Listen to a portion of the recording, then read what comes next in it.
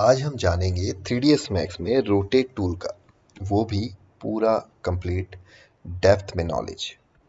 तो सबसे पहले मैं आपको बता दूं कि रोटेट टूल होता कहाँ पे है। यहाँ पे आप देख सकते हैं, आपको 3ds Max पे रोटेट टूल मिल जाएगा। वहीं अगर इसके शॉर्टकट की बात करें तो वो है ई फॉर एलिफेंट। ओके, तो अगर मैं एक ऑब्जेक्ट लेता हूं, जैसे कि मैंने ले लिया बॉक्स, और इस पे अब हमें रोटेट टूल पे वर्क करना है, तो शॉर्टकट की यूज़ कर लेते हैं। ई प्रेस करते ही आप देखेंगे यहाँ पे आपको रोटेट टूल अवेलेबल हो गया। अब हमें रोटेट करने के तरीके को समझना है। तो आप देख सकते हैं यहाँ पे आपको कुछ ऐसे सर्कल्स दिखाई दे रहे हैं।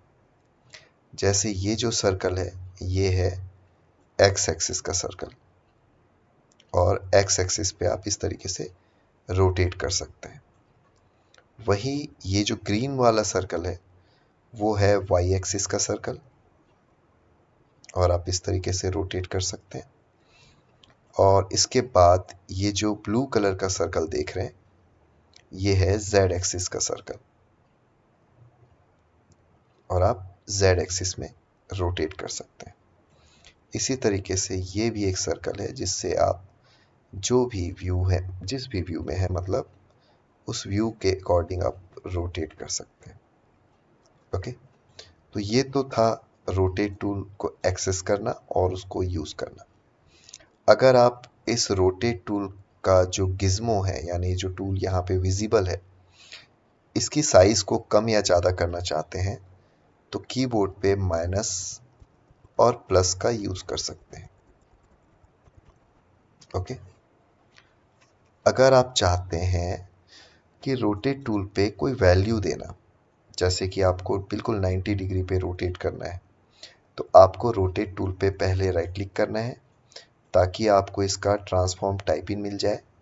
यहाँ पे मैं x की वैल्यू 0 करता हूँ, y की वैल्यू 0 करता हूँ, और z की वैल्यू भी 0 करता हूँ। तो आप देखेंगे बॉक्स कुछ इस तरीके से प्रॉपर अलाइन दिखाई दे रही है।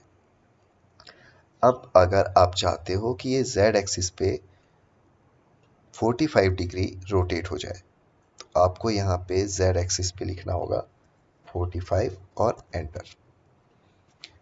उसी तरीके से जैसे अगर अभी ये जिस भी पोजीशन पे है, यहाँ से मैं चाहता हूँ कि ये z एक्सिस पे 5 डिग्री रोटेट हो जाए, तो आपको सिंपली 5 लिख के एंटर कर देना है।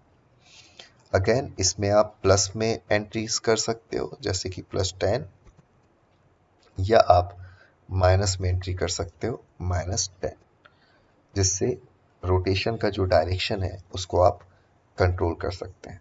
अब इसको क्लोज कर लेते हैं। तो ये था रोटेट टूल का यूज़। अगर आप चाहें तो ये जो स्नैप के ऑप्शंस हैं, इनका यूज़ करके भी प्रॉपर रोटेशन कर सकते हैं। जैसे मैंने एंगल स्नैप टूल ऑन कर दिया। अब अगर मैं रोटेट करूं तो आप देखेंगे यहाँ पे 5 डिग्री के इंक्रीमेंटल वैल्यू को लेते हुए हमारा बॉक्स रोटेट हो रहा है। तो ये पॉसिबल हो पाया है snap angle snap toggle button की वजह से। अभी इसे ऑफ कर देते हैं। तो ये था बहुत ही सिंपल सा प्रोसेस, जिससे आप 3ds Max पे रोटेट टूल का यूज़ कर सकते हैं। अब आपका काम है इस वीडियो को लाइक कर देना, साथ ही कमेंट करके ये बताना कि आज आपने इस वीडियो से क्या सीखा। मैं आपको मिलता हूँ नेक्स्ट वीडियो पे, जहाँ पे हम इसी तरीके से 3ds Max के और भी ऑप्शंस को समझेंगे।